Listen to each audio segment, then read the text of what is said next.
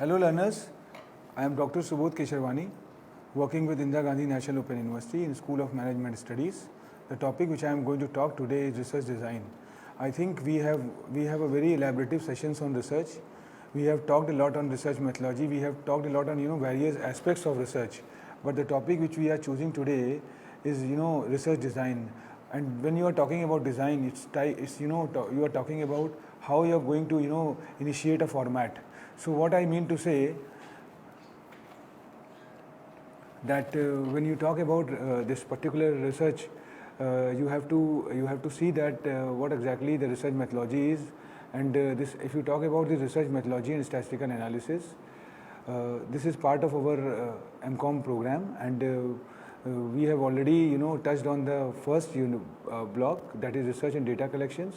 And if you talk about the preceding sessions, we have thrown a light on hypothesis, and prior to that we have talked about formulation of objectives, then research plan and research problem, then research methodology, research FAQs, research thought, and curtain result to research.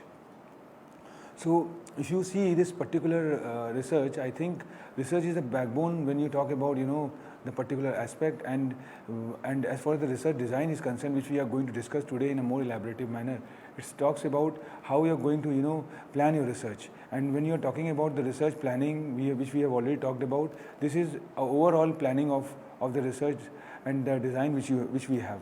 Anyway, I think this is unit 2, this is the chapter 2 which we have covered, and the first, the chapter talks about the research problem and research plan, which we have already taken care in a more elaborative manner. Then we have formulation of objectives, and we see that how after going through the literature we come to the gaps, and from that gaps we formulate certain objectives.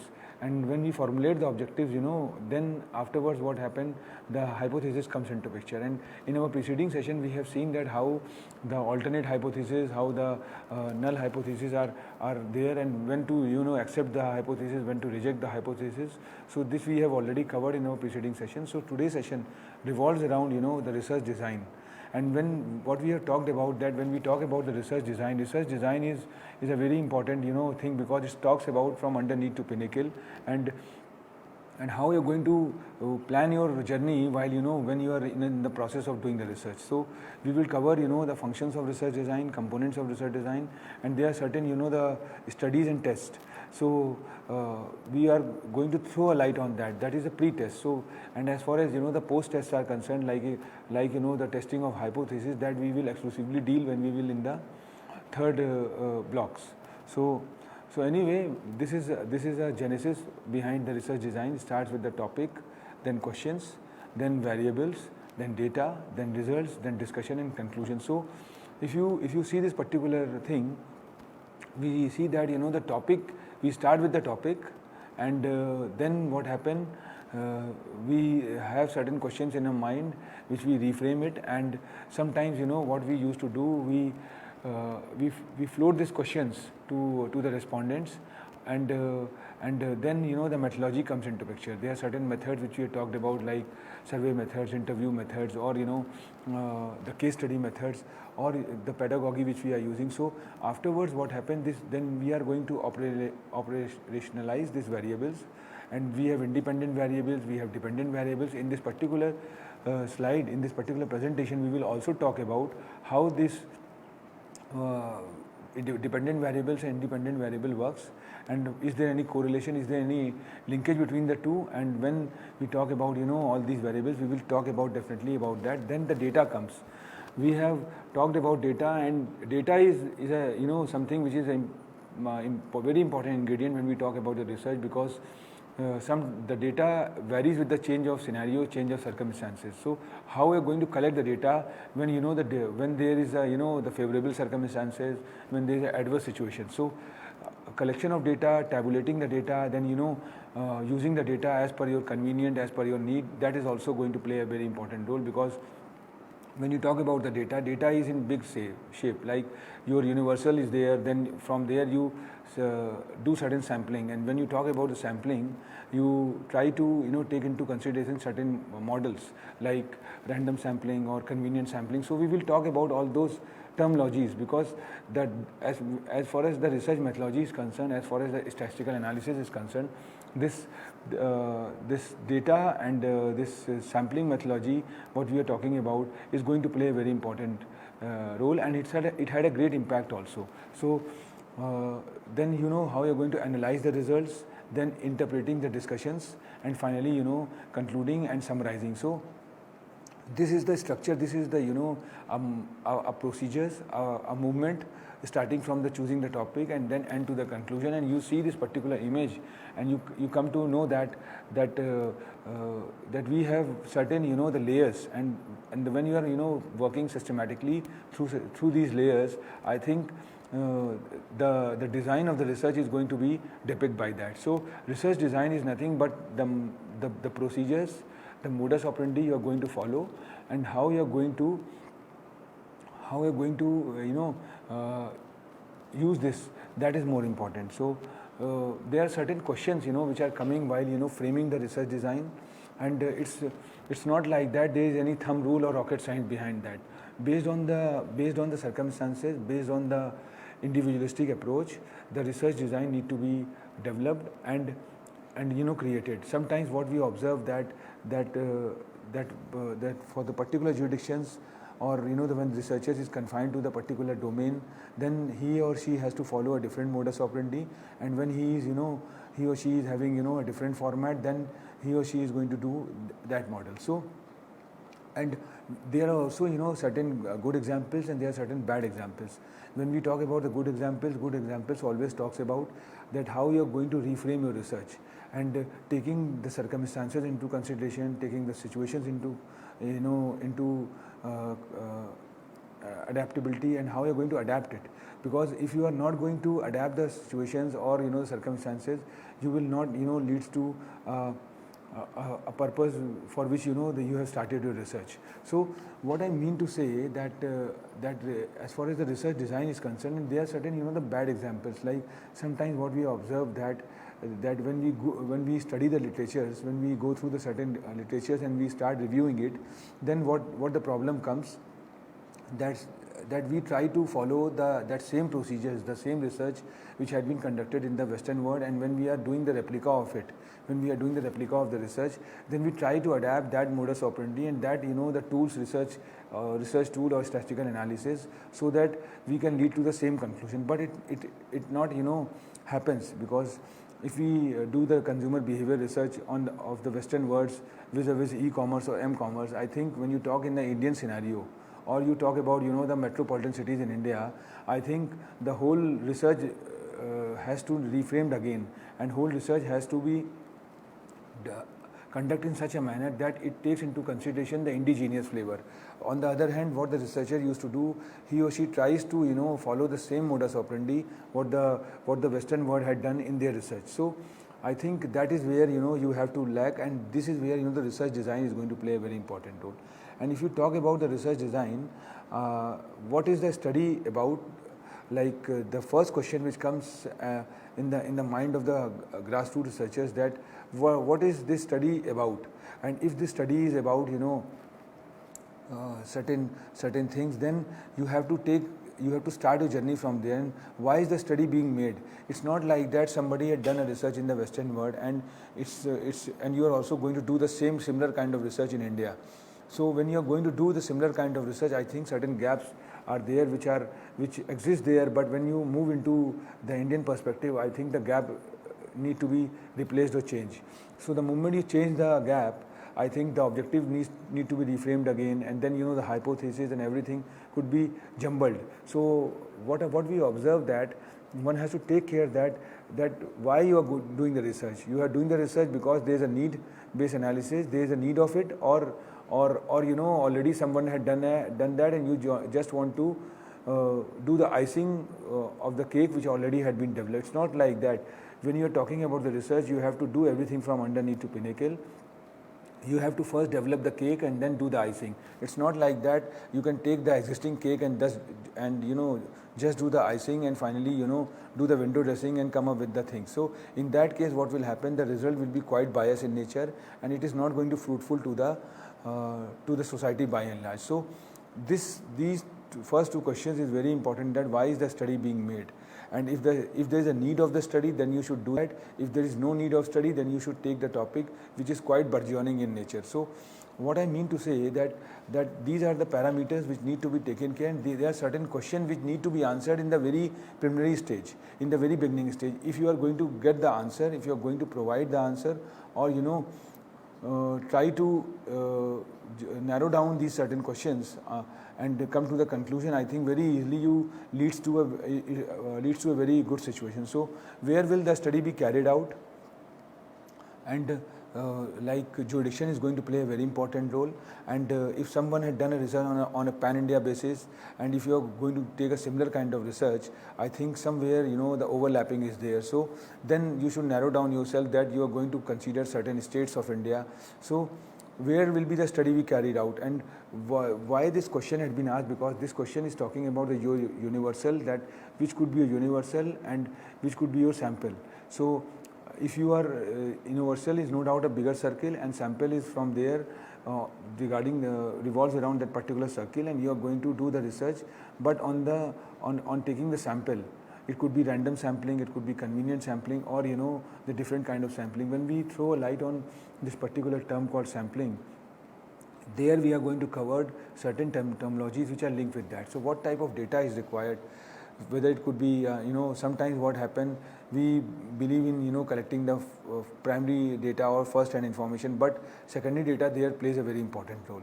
If you talk about, the stocks, or doing the case study-based survey, or, the comparative analysis of 100 of companies vis-a-vis, the particular segment, I think there the things is going to play a very important role, that what type of data is required, and whether it could be a secondary data or primary data. And if your research is just studying what exactly the others have done it, I think the result could be quite different in nature, because you are going to have a comparative view of various the companies, and doing a elaborative analysis on the basis of that. So where can the required data be found?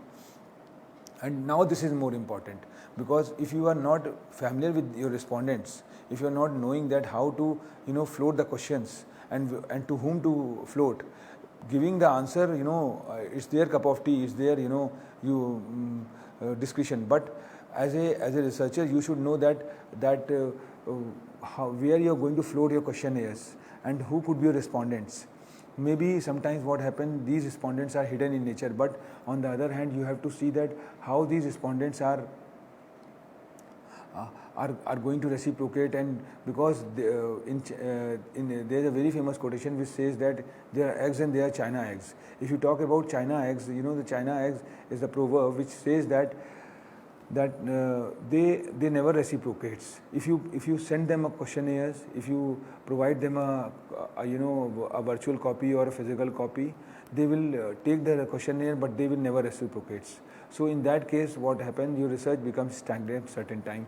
So you have to see how you're going to collect the data, and how you're going to float the questionnaires to them so that they can reciprocate. So what periods of time will the study include? That is a very important ingredient, because what we observe that if you do the research, I think there must be certain time frame. Either it could be a dissertation, or the project, small projects, or doctoral thesis. Because what we observe that if you are not adhere to the time, if you are not restrict yourself to the time, what will happen, that your study becomes redundant, or what will happen, the new things comes after certain time, after certain intervals. Say if you have made a timeline of 3 years, and you are not going to accomplish the task in this particular time frame, what will happen, that when the timeline pass, the new pedagogy will come, new approach will come, and in that case, what will happen, your objectives or your gap is going to be deviated. And if your gap is going to be deviated, then ultimately you have to introduce some new objectives.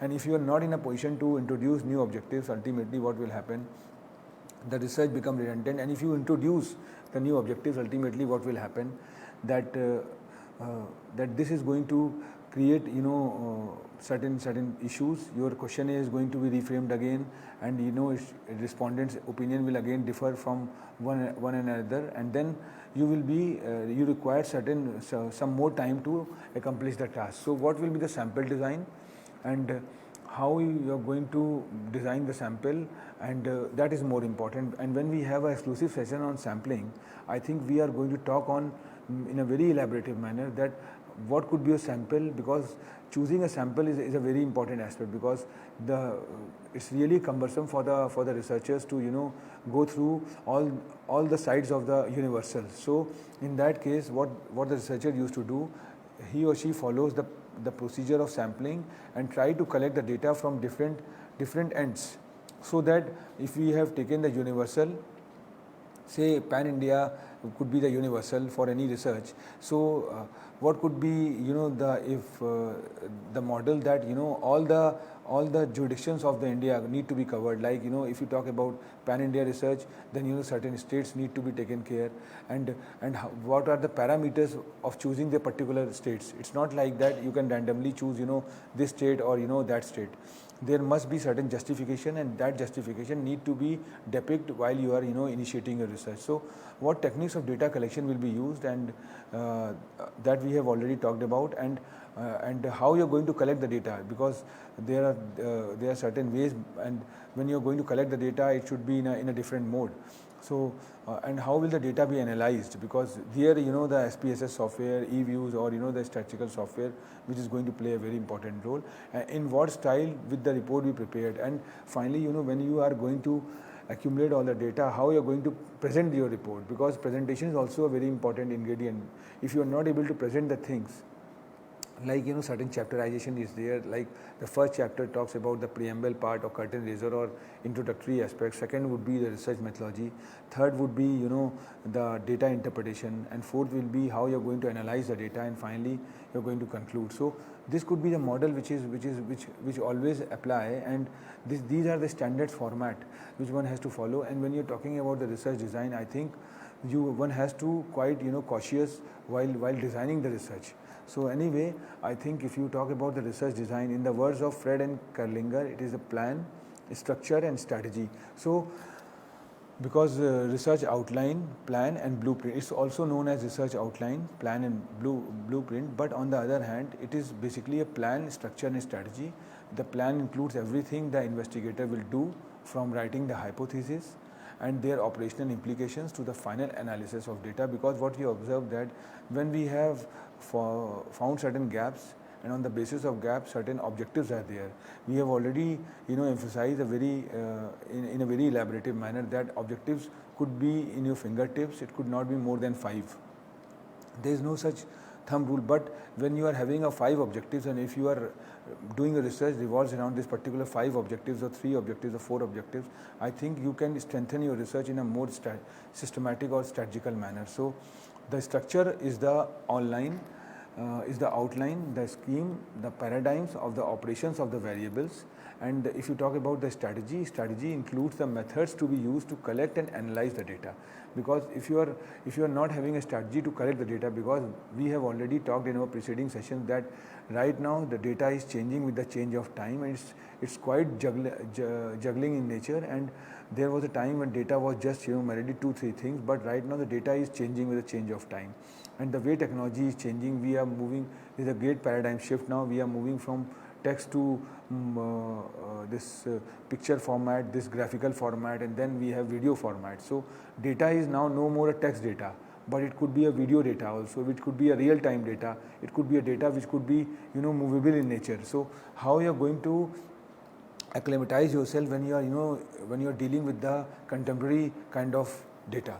So what I mean to say that if you talk about the research design, it's the decision regarding what, where, when, how, much, by what means concerning an inquiry or a research study constitute a research design. Because when you're talking about the research design, you have to see and you have to have certain questions in your mind, which already I have taken care that what, where, when, how, much.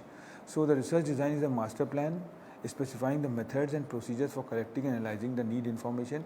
And no doubt it's very true that when you have developed the master plan it had certain time frame, and it had certain years, and during that years you can also twist yourself, you can twist the master plan, but it's not, but there could be a proportion of amendment up to some extent, like 10 to 20% amendment can be possible. But if you're talking changing the whole master plan from underneath to pinnacle, I think there are certain the misjudgment is there. So one has to quite cautious while doing all those things, and design includes an outline of what the researcher will do from writing the hypothesis and its operational implications to the final analysis of data. So what I mean to say that writing the hypothesis and operational implications to the final analysis of data is also very important, because there are certain time come when your objective is going to be changed. So if you go and talk about the ways to classify research design, you find out that the research design is an arrangement of conditions of collections. It could be descriptive, it could be correlational, it could be experimental, it could be review and meta-analytic. And if we are talking about the descriptive, we are talking about the case study, observation survey, which could be called as the research methods, which we have already covered. Then case study and observational study is also there. Then field experimental is there. Then literature review is there. Then so what we are talking about, the conversation which we have done till now, I think we have 7 to 8 conversations, starting from research, preamble part of research. Then we have talked about formulation of objectives, literature review. Then we have talked about the hypothesis. So all those research plan, research problem. So these are the important ingredient of the research design. And when you're designing anything, you have to take many things into consideration. So when this parts of research design talks about 4 important things, that is sampling design, observational design, statistical design, and operational design. So if you talk about the sampling design, it deals with the methods of selecting items to be observed for the study. And when you talk about the observational design, it relates to the condition under which the observation are to be created. Because what happens when the respondents reciprocates, and you have started accumulating the information which had been come from the respondents, which is the first hand information. So now you have to work on the certain observational design model where you are going to accumulate the data, and there are certain data which are overlapped. There are certain respondents which have answered the similar kind of answers, or the question which had been given to them, they have given the answers which are overlapped. So what you are going to do, you are going to accumulate, and you are going to narrow down these observations which are common in nature and which are different in nature. So there are certain observations which comes as a common phenomena, and some are quite different in nature, and some are deviate from others. So you have to have a model where you are going to consider all those things into consideration. Then statistical design, which concerns the questions of how the information data gathered are to be analyzed, and finally which deals with techniques by which the procedure satisfied in sampling. So there are certain procedures which need to be satisfied, because it's not like, because when you're talking about universal is a big circle, and it's have a pan in presence. And when you're talking about sampling is just a small part of the universal, and how you're going to satisfy with by the collection of the sampling, because there may be error also. So these errors are very different in nature. We have type 1 error, we have type 2 error. We will definitely talk about this particular terminologies also, because if you have taken a bigger circle and from there you have just taken a small sample, what you are thinking that whether that sample is suffice or it's enough to give the answer to that. So anyway, confirmatory research, if we are talking about this, confirmatory data analysis involves things like testing hypothesis, producing estimates with a specified level of precision, regression analysis and variance analysis. And confirmatory data analysis is where you are going to put your findings and arguments for trial. So then there are exploratory research. So confirmatory research is there, then exploratory research is there. There are certain difference between the two. One is an cause, other is an effect. So one is an opinion, other could be a result to that. So we will definitely differentiate how this confirmatory and exploratory research matters. And if you go more into the backdrop of exploratory research, you will find out it's a survey polls, it's a talk about the interview, focus groups, observations, then online research, then literature research and case study research. These are the exploratory research because you are in the process of exploring the informations, and some informations are collected in a primary mode, some in a secondary mode. So if you see this particular image, you will find out that opposite of confirmatory is exploratory, which could be negative, unrelated, independent, dissimilar, primary, principal, different and important. So if you talk about confirmatory versus exploratory research learn more about something specific, no assumptions, objective answering why questions, confirmatory validating a specific assumption, testing an assumption, hypothesis through research. So confirmatory is it true what we believe based on the existing theory and literature. We have already throw a light on what exactly the theory is and how the theory differs from hypothesis in our preceding sessions. And there, when you talk about a theory, you are talking about the facts, and the theory defends with the certain facts and figures, whereas hypothesis could be assumption, which we have already taken care in our preceding session, and assumption may be true, assumption may be false, assumption can be accepted, assumption can be rejected. So and so that is the reason when we talk about hypothesis, we start with the null hypothesis and then we go for alternate hypothesis. Why we are talking about alternate? Because whatever the null hypothesis we have chosen, whether it could be accepted or sometimes it could be rejected. If it could be rejected, so we have option of alternative hypothesis also. So explanatory, what is going on and how we can explain it. So there are certain more differentiation between exploratory and confirmatory. If you see, left hand side talks about the focus, key features, and then different models. So discover and test. Exploratory talks about discovering, whereas confirmatory talks about the test, connecting ideas to understand cause effects, confirming a pre-specified relationship. If you see potential relationship, statistical significant results, developing a hypothesis and testing a hypothesis.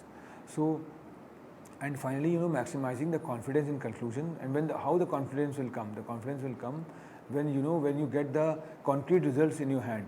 So, with the help of exploratory study, we explore the things, and then confirmatory with the help of test, try to narrow down it and come to the conclusion. So, data consolidation from multiple sources, efficient exploratory algorithms are going to be used, and interactive data visualization is there.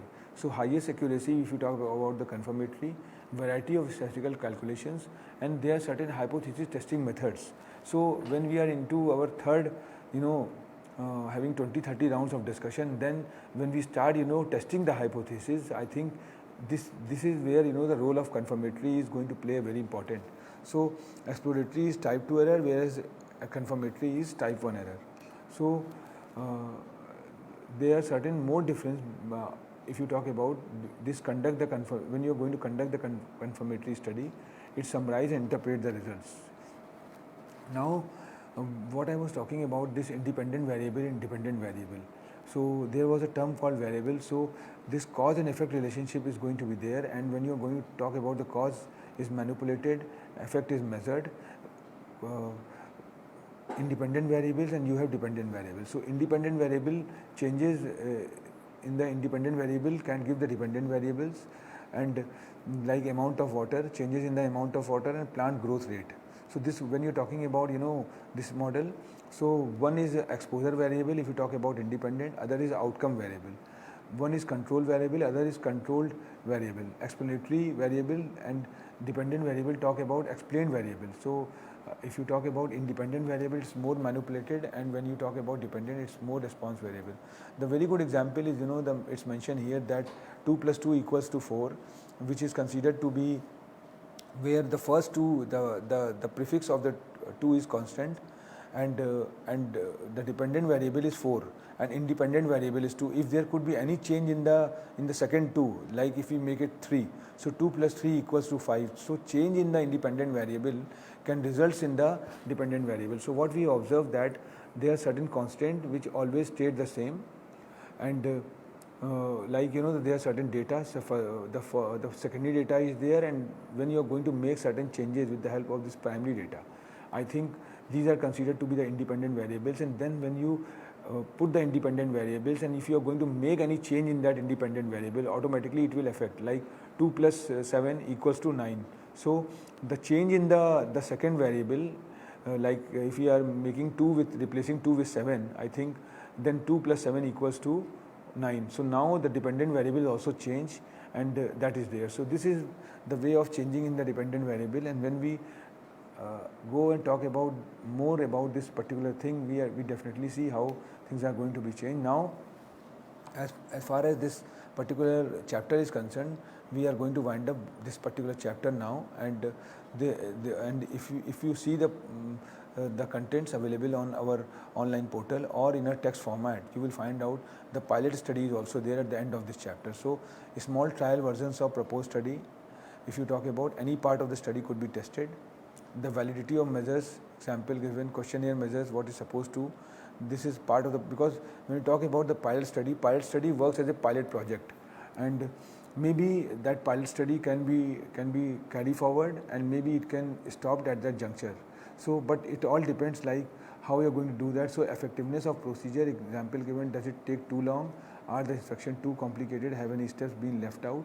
And the pilot study is an important part of the experimental process, because you are in a position to carry this pilot study, or you can shut down that study at that time. So there is not, if you talk about the net loss or the net profit, it's not going to affect more, because if the study which you have taken is not going to carry forward, I think you can stop that at that juncture, and ultimately what will happen, you can start with the new study. So the pilot study work as a small project, as a need-based analysis, and if you are confident with that need-based analysis or with the study, you can just excel that. Otherwise, you can stop that at that point.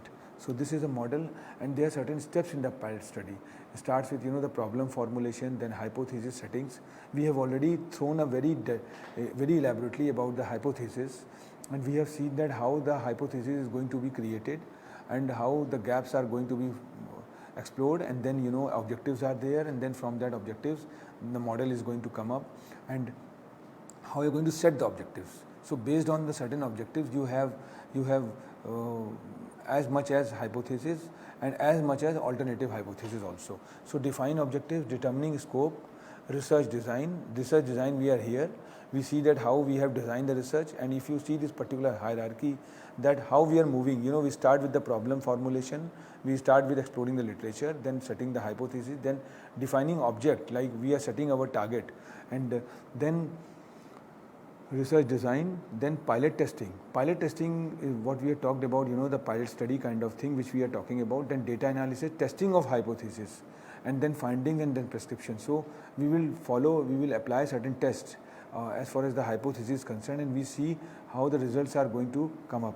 So then prior to doing all those things, there are certain pre-testings which are going to play a very important role, and pre-testing is an important way to pinpoint problem areas, reduce measurement, reduce respondent burden, determine whether or not respondents are interpreting questions, because it's a big challenge, when you start your journey by massively going through the literature, then come to the objectives, then come to the gap, and then narrow down to objectives, then framing hypotheses, and then on the basis of hypothesis frame certain questions. And when these questions float gone to the respondents, sometimes respondents comes up with a very different experience, and when you are reading those experiences, those respondents' opinion, you realize that you are in the no man's land, because maybe there are certain things which need to be incorporated. So what happened, you have to start your journey, again you have to recapitulate yourself, and again you have to